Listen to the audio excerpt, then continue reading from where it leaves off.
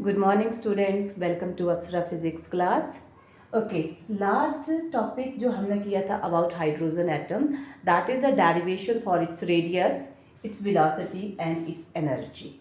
Now today we are going to draw spectral series of hydrogen atom, जो spectral series इसमें form होती है।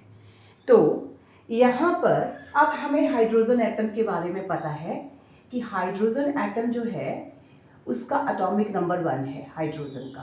It means it has 1 electron, 1 proton and no neutron. Hydrogen atom is the atom having no neutron. तो अब वो जो electron है that is revolving around the nucleus in circular path. तो अब जो स्पेक्ट्रल लाइंस यहाँ पे फॉर्म होंगी, स्पेक्ट्रल सीरीज जो बनेगी, उसके लिए हम कैलकुलेशन करेंगे। तो first of all we know energy of hydrogen atom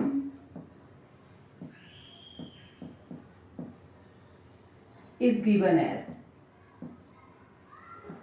energy जो हाइड्रोजन एटम की है that is -1/4 pi epsilon not square 2 pi square m e raised power 4 upon n square h square.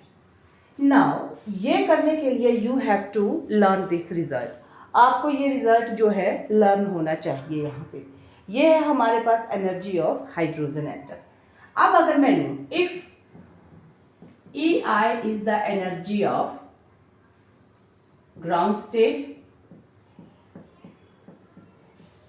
And E F is the energy of electron in final state और you can say excited state, ये energies है हमारे पास।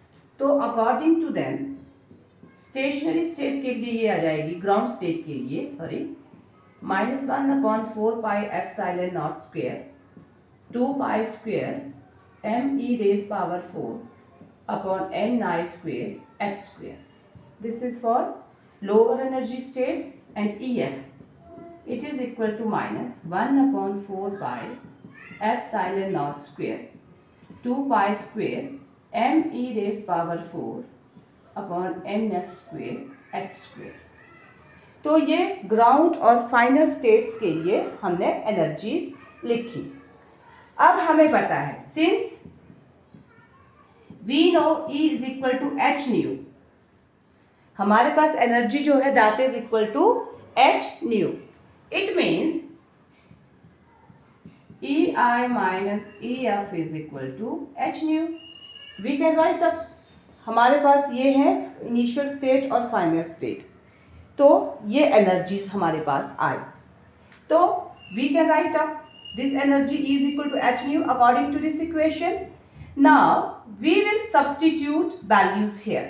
तो देखिए H nu इस side रखिए and it will EI -1/4 pi epsilon not square 2 pi square m e raised power 4 upon n I square h square minus final EF।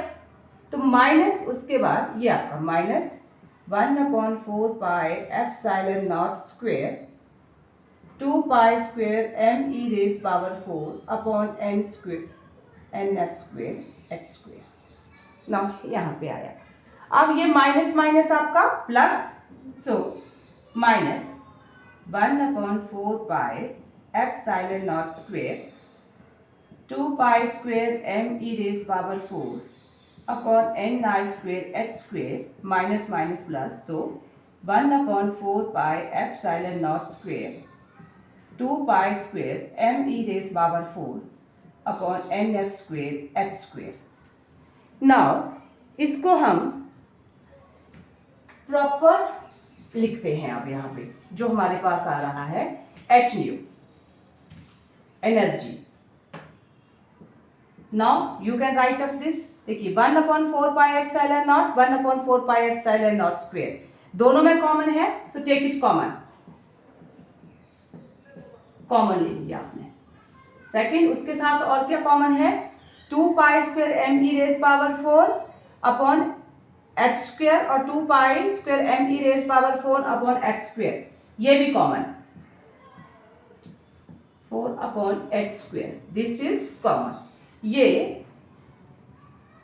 ni को छोड़ के ये टर्म और सिमिलरली इसको छोड़ के ये टर्म आपकी कॉमन आई, आपने कॉमन ले ली और इनसाइड अब आपके पास बचा 1/nf² माइनस 1/ni²। ये आपके पास आया।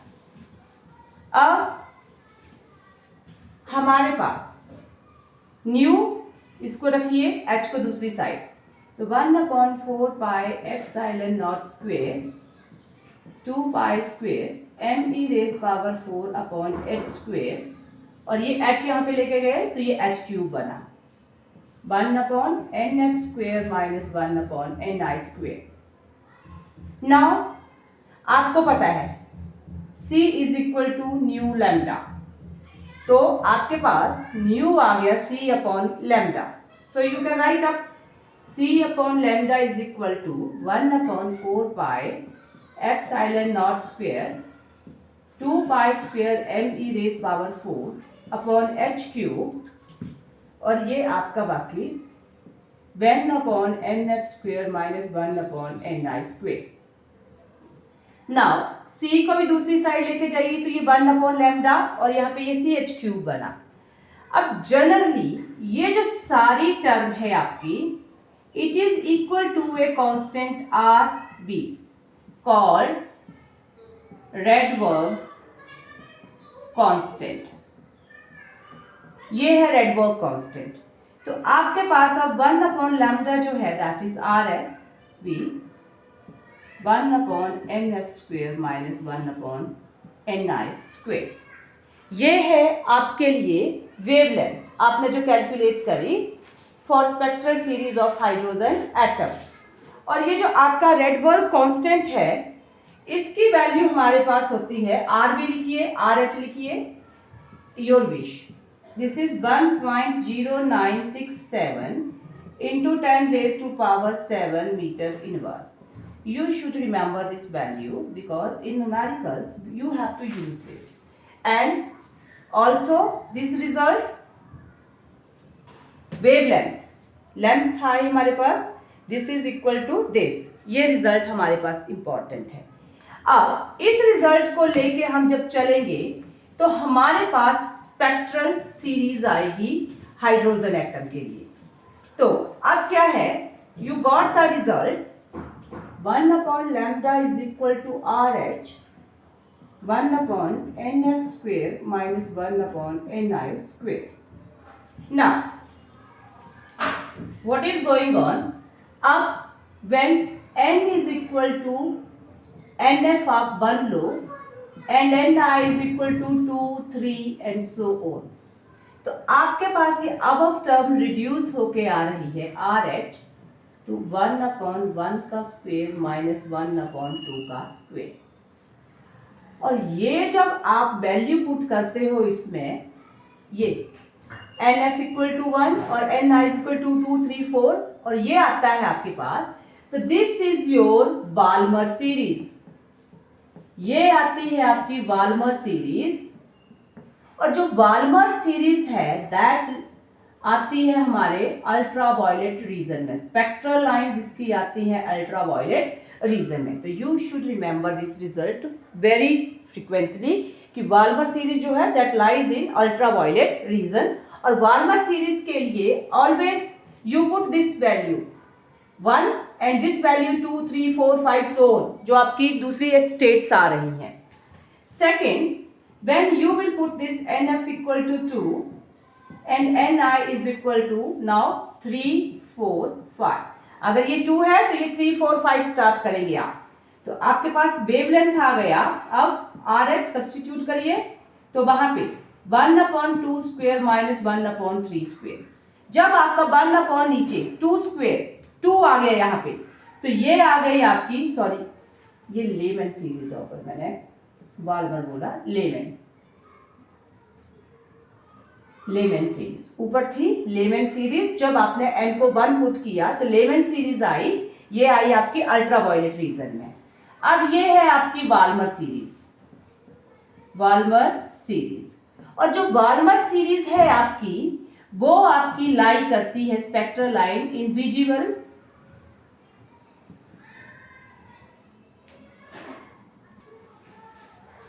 रीजन में। बाल्मर सीरीज आपकी आई विजिबल में, लेमेन बाल्मर। नेक्स्ट अब ये NF सब्सटीट्यूट करेंगे 3 और NI आपका इसके बाद चलेगा 4, 5, 6। तो इक्वेशन रिड्यूस होके आपका वेवलेंथ आया RH into 1/3 square minus 1/4 square. तो ये जो सीरीज आ रही है आपकी पाश्चन सीरीज, और ये पाश्चन सीरीज जो है आपकी it lies in infrared region. ये आपको लर्न होने चाहिए, these are very important results. Lyman कौन से रीजन में आती है, बाल्मर कौन से इसमें, पाश्चन कौन से इसमें। तो पाश्चन जो है that is in infrared reason. उसके बाद नेक्स्ट आपने पुट किया, अब NF आपका 3 हो गया, NF 4 और NI आप 5, 6, 7 सो ऑन। तो आपका वेवलेंथ आ गया RH 1/4 square minus 1/5 square.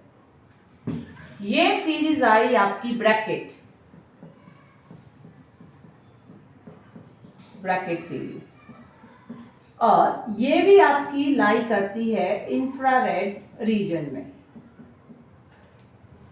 Then last when आप NF पुट करेंगे 5 और NI is your 6, 7, 8 and so on, तो आपका वेवलेंथ आया RH 1/5 स्क्वायर माइनस 1/6।